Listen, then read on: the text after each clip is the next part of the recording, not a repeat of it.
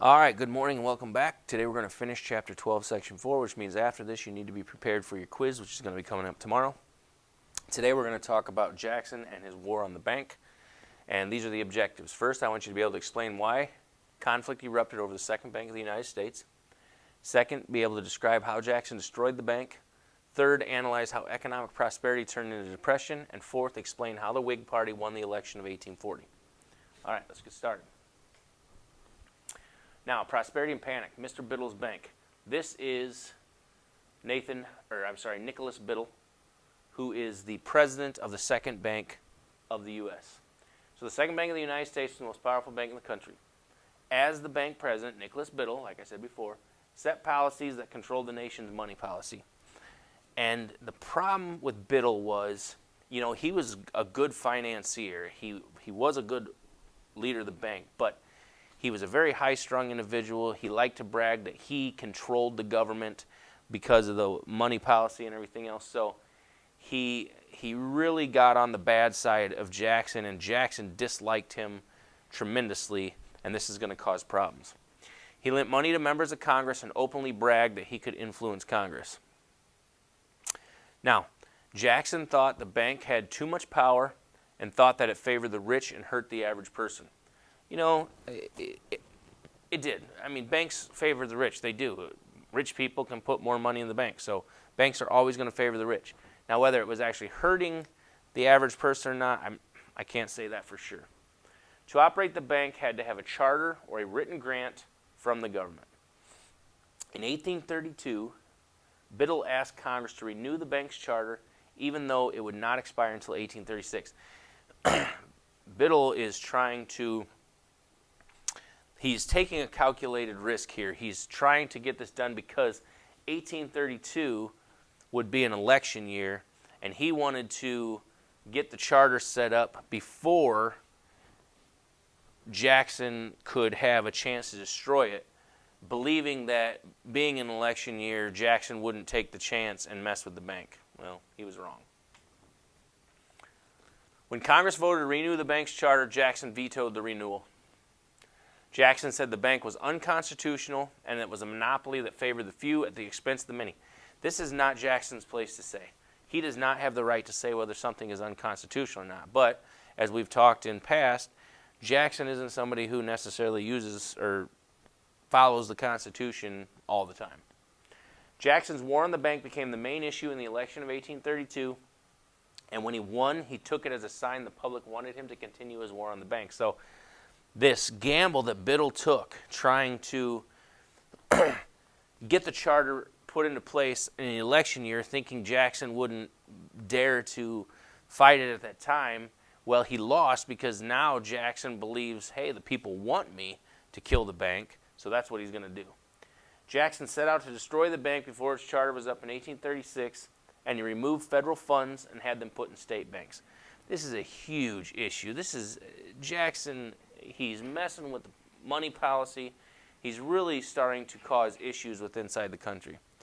Biddle made it harder for people to get loans, trying to economically force the money back into the bank, but the bank eventually went out of business.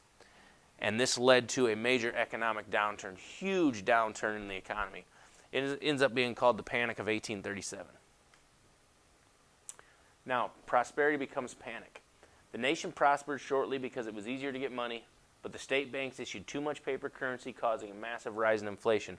So the inflation level went up, which basically means that the value of the dollar went down. So, it means that stuff was now harder to get. So maybe my $1 that would normally buy, a loaf of bread, it might cost $4 for a loaf of bread now.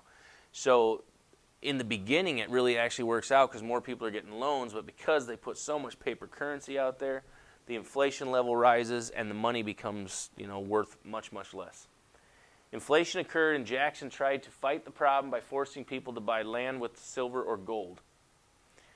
Now, Jackson's time as a president is going to come up. Martin Van Buren became the 8th president, and shortly after he took office, a widespread economic panic swept across the U.S. This is called the Panic of 1837. Now, the issue with this is Martin Van Buren did nothing at all to cause the panic. But since he was the president at the time that the panic started, he's going to get blamed for it. When in reality, it was actually all Andrew Jackson's fault. The people began to take their paper money to the banks, demanding gold and silver, and the banks eventually had to default and close, causing a depression. Now, this is a staggering number. Almost 90% of factories in the East closed in 1837, causing many people to lose or to be homeless.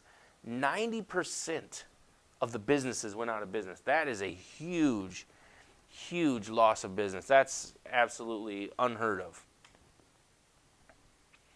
Now, Webster and Clay argued the government needed to help the economy, but Van Buren disagreed. So this is going to be the rise of the Whig Party. You're going to see a new party come into fruition here.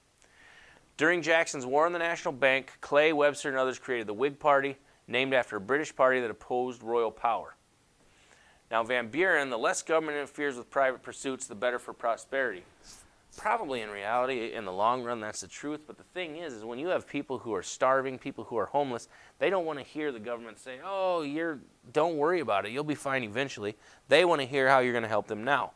So the Whigs, they're starting to say, we're going to help you. We're going to do these things. So the Whigs chose William Henry Harrison, which is this person right here in the bottom left corner. This is William Henry Harrison. He was we've talked about him before. He was actually the hero at the Battle of Tippecanoe. And John Tyler of Virginia to run for vice president. So this is the most famous presidential slogan still to this day, Tippecanoe and Tyler too. The Whigs made the most of Harrison's military record and his nickname, Old Tippecanoe. It was a really good marketing scheme. They really talked him up, and they made him look like Jackson. They said, he's a man from the West. He's a self-made man. Well, the fact of the matter was he was born in the East. He was rather wealthy. He's nothing really like that, but they really pushed that. Now, the election of 1840. During the 1840 election, the Whigs tried to emphasize personalities instead of issues, and Harrison ended up winning in a very close election. Now, at his inauguration, all through running for president, people were making fun of how old he was, saying, oh, he's too old, and he's sick, he's not going to live very long. So at his inauguration, he wanted to prove that he was still young and strong. The 68-year-old president spoke for 2 hours in cold March weather with no hat or coat. And he ends up coming down with pneumonia, and within a month of being the president, he passes away. On April 4th, 1841, 1 month after his inauguration, he died, and Tyler became the president. And Tyler is he's just kind of a ho-hum president. He doesn't really do much. He doesn't, not much gets taken care of. So really kind of a strange take here at through the 9th and 10th president.